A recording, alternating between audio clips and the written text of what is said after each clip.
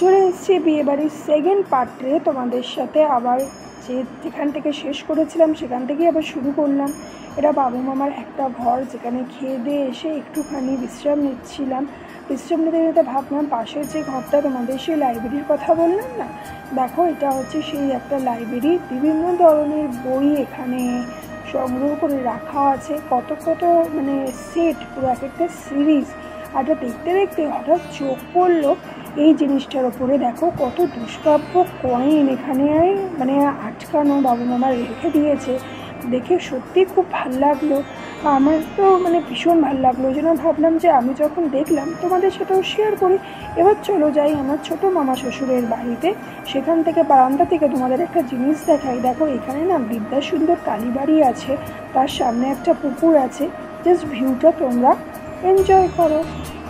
সব শ্বশুরদের বাড়ি, মানে ছোটো মামা শ্বশুর পাশাপাশি, তো ছোটো মামা শ্বশুরের বাড়িতেই এখন এসছি। ফ্রেশ হয়েছি, যা ড্রেস পরে ফেলেছি অরিজিনাল।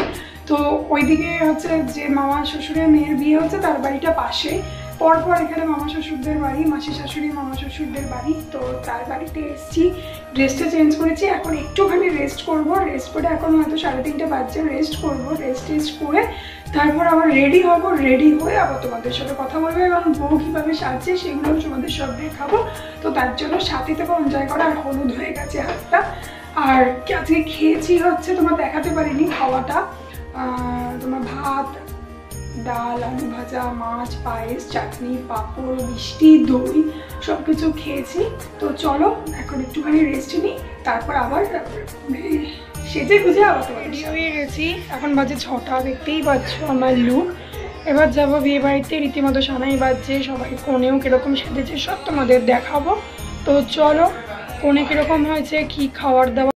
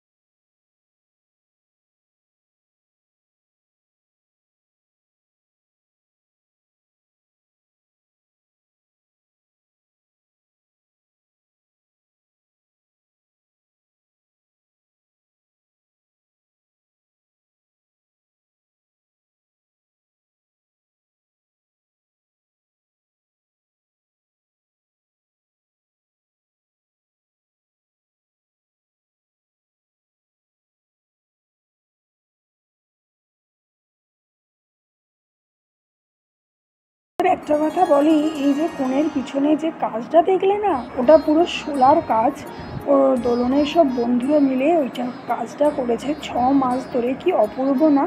তো চলো বলতে বলতে চলে এলাম, এখানে স্টল বসেছে ফুচকা আর তোমার পকোড়া আর কফি। তো সেটা খাওয়া হয়ে গেছে।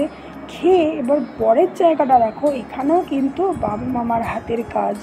এখানে কিন্তু দোলনের যে হাজব্যান্ড তার ছবি দিয়ে বাবু মামা কি সুন্দর সাজিয়েছে দেখো, মানে দেখে পুরো চোখ জুড়িয়ে যাবে।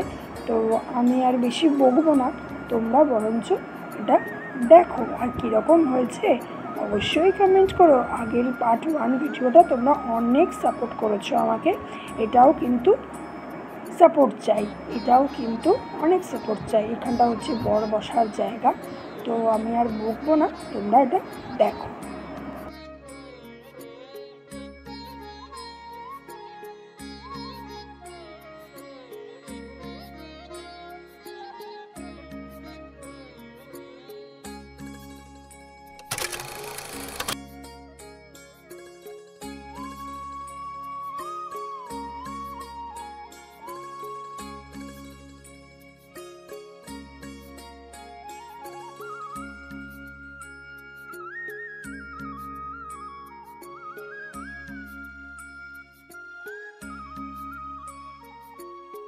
চলো এবার খেয়ে নিই, কারণ বাড়ি ফিরতে হবে, অলরেডি 8:30 বাজে।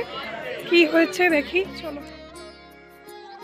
তো খেতে অলরেডি চলে এসেছি। খাবারেতে কী কী মেনু হয়েছে সেটা দেখার জন্য আমার মিনি ব্লগটা তোমাদের ফলো করতে হবে। সেখানে কিন্তু সব মেনু বলা আছে। আর খাবারের জায়গাটা দেখো কি অপূর্ব, আর কত বড়, 120 জন মতো বসবে। তো চলো খেয়ে খাওয়া দাওয়া হয়ে গেছে, এবার বাড়ির পথে রওনা দিতে শুরু করেছি। তখন প্রায় বাজে রাত্রি 9টা, কারণ বাড়ি যেতে যেতে 2 ঘন্টা সময় লাগবে।